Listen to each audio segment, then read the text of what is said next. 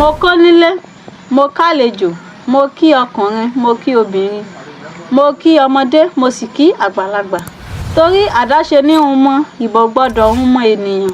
Gbogbo ẹ̀yin ọmọ Yorùbá àti olólùfẹ́ àṣà àti èdè Yorùbá pátápátá a kí yín káàbọ̀ sórí ìkànnì wa GMC Yorùbá Pro TV Gbendu Media Challenge, ilé ìtànkálẹ̀ àṣà àti èdè Yorùbá. Mo sì kí yín káàbọ̀ padà sí orí ètò yín ètò wa àgbéyẹ̀wò ìtumọ̀ àwọn ọ̀rọ̀ tí ó ta kókó nínú oríkì orílẹ̀ Yorùbá kọ̀ọ̀kan.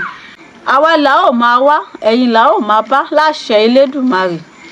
A ó máa tẹ̀síwájú lórí ìtumọ̀ àgbéyẹ̀wò àwọn ọ̀rọ̀ tí ó ta kókó nínú oríkì ìran Olúfẹ̀.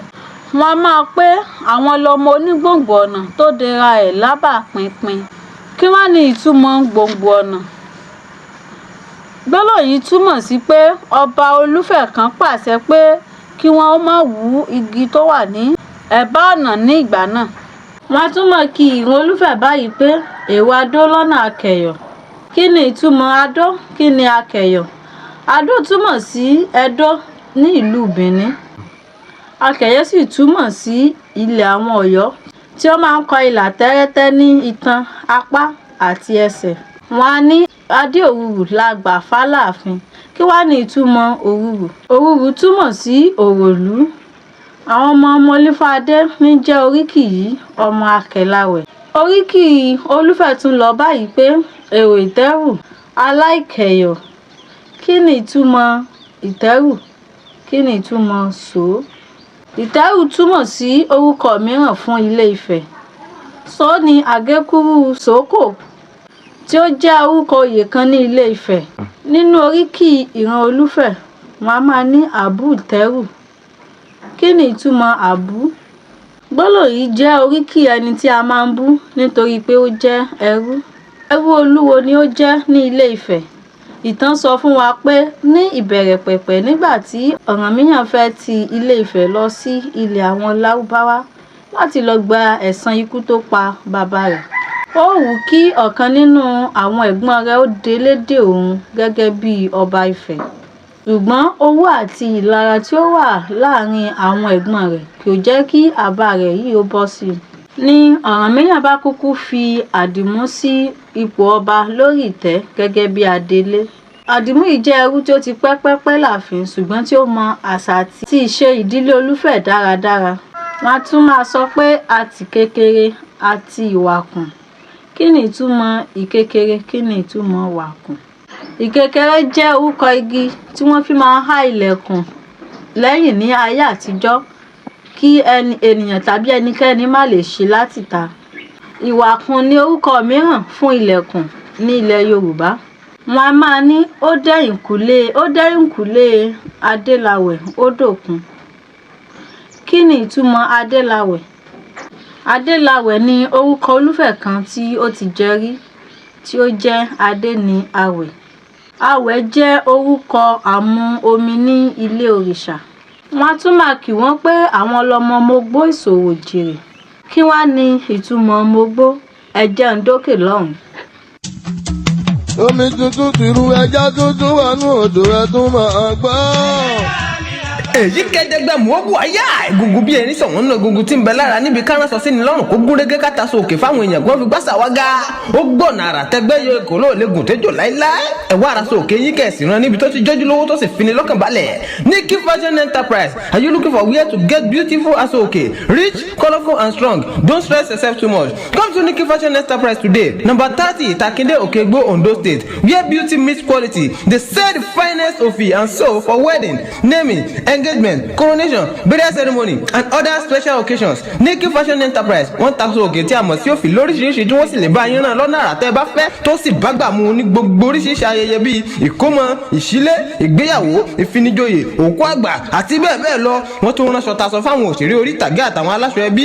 Ẹ̀rọ ìbánisọ̀rọ̀ Nikki Fashion Enterprise rèé 08163421666 08163421666. Ẹ sì lè kàn sí wọn ní nọ́mbà 30 ìtakíndé ní ìlú òkè igbó ìpínlẹ̀ Ondo níbo láti lè ráṣọ òkè tí wọ́n sì bá wa rán lọ́wọ́ tí òkú pa ní kí fashion enterprise kò sí irú òfì léèsì tàbí irú àwọn aṣọ tó kù tẹ́ wá débẹ̀ tẹ́ nígbà they sell and sell aṣọ òkè and other materials in affordable rates. wọ́n sọ pé go.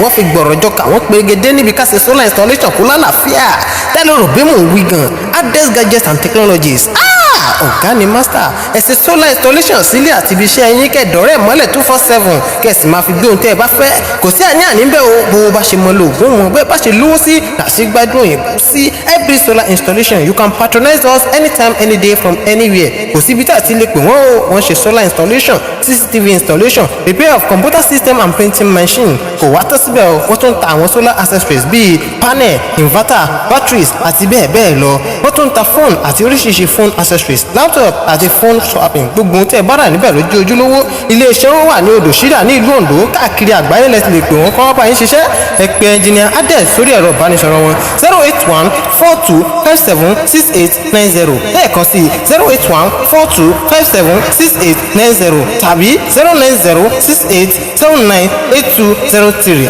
Ades Gadgets and Technologies reliable tested and trusted.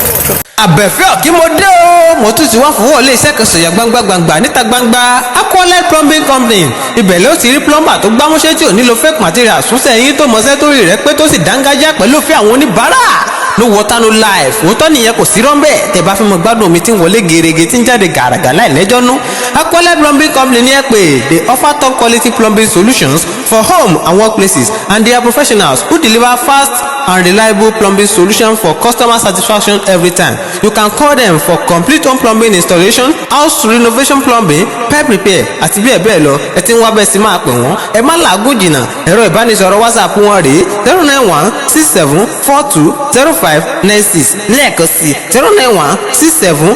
09167420596 ẹ sì tún lè pè wọ́n tààràtà sórí direct call 08063969054 08063969054. Don't wait for small dick to become big problem. Call Aqualet Plumbing Company today. They are trusted by thousands of homeowners and they are fast, clean and affordable. Your call will be expected. Thank you. ẹ káàbọ̀ padà gẹ́gẹ́ bí a ṣe ń sọ lọ kí wá ní ìtumọ̀ mogbó ìtumọ̀ oríkì yìí já sí ọmọ ogbó èyí ni ọmọ ènìyàn tó gbó sásá oríkì Olúfẹ̀ tún lọ báyìí pé ìfún adé ọmọ akẹyẹ tí ń dájà lórí igi bá ojógbìn lọ bóòsà kí ni ìtumọ̀ akẹyẹ kí ni dájà kí ni ìgbìn akẹyẹ ni akọ ẹyẹ tí ó túmọ̀ sí olórí àwọn oṣó dájà túmọ̀ sí ẹni tí ó ń dá kọrin tàbí tí ó ń dá nìkan kọrin ìgbín túmọ̀ sí ìlú òrìṣà Ọbàtálá gbólóhùn yìí wá túmọ̀ sí akọ ẹyẹ tí ó ń dá kọrin lórí igi tí ó sì ń jó ìlù ìgbìn. ẹ ṣeun a kú ètò látàárọ̀ a ó máa ṣẹ́nu kù lónìí tí ó bá di ọdún tó ń bọ̀ a ó mọ ìyànnàná ìtumọ̀ àwọn ọ̀rọ̀ tí ó ta kókó nínú oríkì ìran Olúfẹ̀ tó kù. orúkọ tèmi ò yí padà èmi ni arábìnrin Owóṣeni Ọdúnọlá Àbíkẹ́. ẹ má gbàgbé láti bá wa tẹ bọ́tìnì ìforúkọsílẹ̀ subscribe button kí ẹ dá sétò kọ́mẹ́ǹtì ẹ fẹ́ràn láìkì kí ẹ sì bá wa tan ètò yìí káàkiri ẹ ṣeun.